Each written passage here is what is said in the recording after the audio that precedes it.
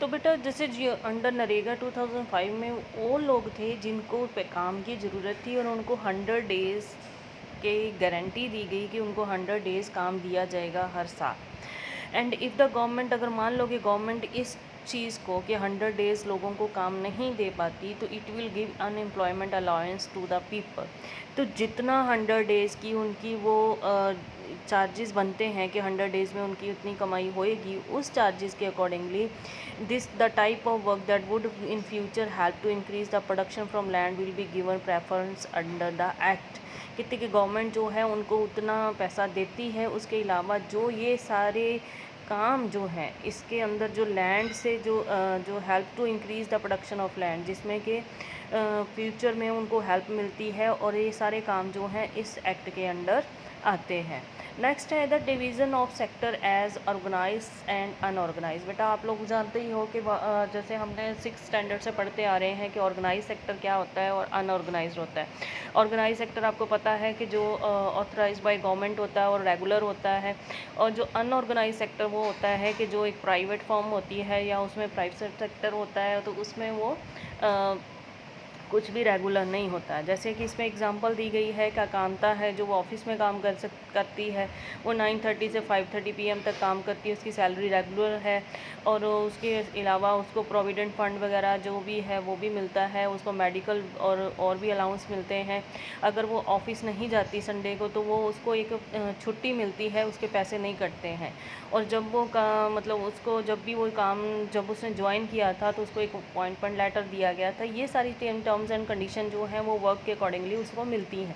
इसी तरह कमल जो है, कमल कांता का नेबर है, बट वो एक डेली वेज लेबर है। वो ग्रॉसरी की दुकान पे काम करता है, उसको 7:30 बजे जाना पड़ता है, रात को 8 बजे छुट्टी मिलती है।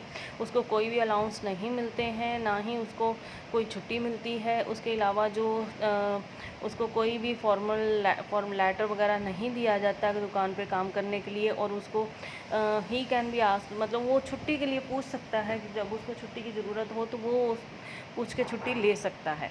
कांता जो है ऑर्गेनाइज सेक्टर में काम करती है। ऑर्गेनाइज सेक्टर में वो सारी चीज़ें कवर होती हैं जहाँ पे टर्म्स ऑफ गवर्नमेंट जो इम्प्लीमेंट की जाती हैं और वो रेगुलर होती हैं।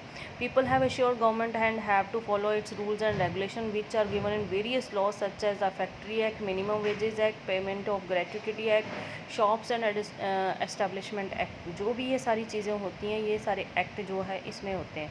इट इज़ ऑर्गेनाइज सेक्टर, इसको ऑर्गेनाइज सेक्टर बोला जाता है क्योंकि इसमें फॉर्मल प्रोसेसेस होते हैं, प्रोसीजर्स होते हैं, और इसमें some of these people may not be employed by anyone but may work on their own, but they to have to register themselves with the government and follow the rules and regulation.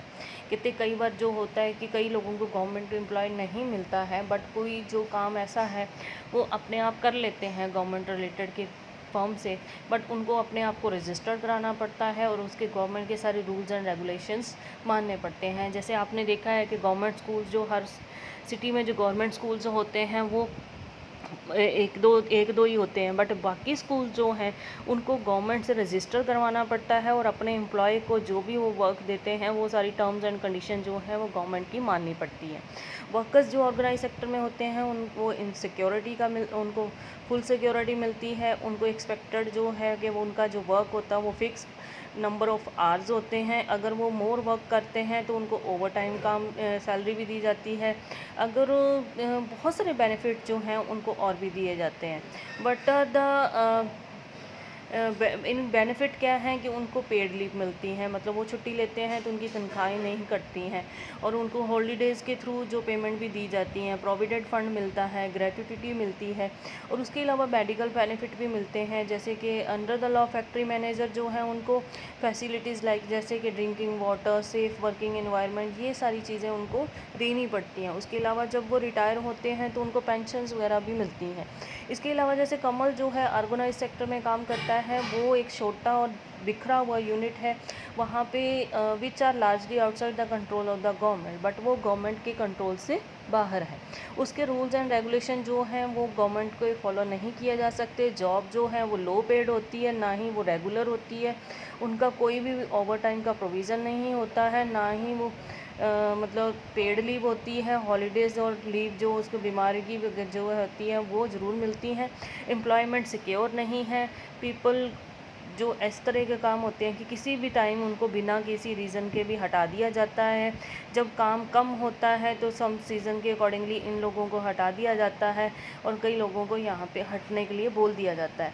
Lot of also a lot depends on the whims of the employer कि employer की खुद की capability पे भी निर्भर करता है।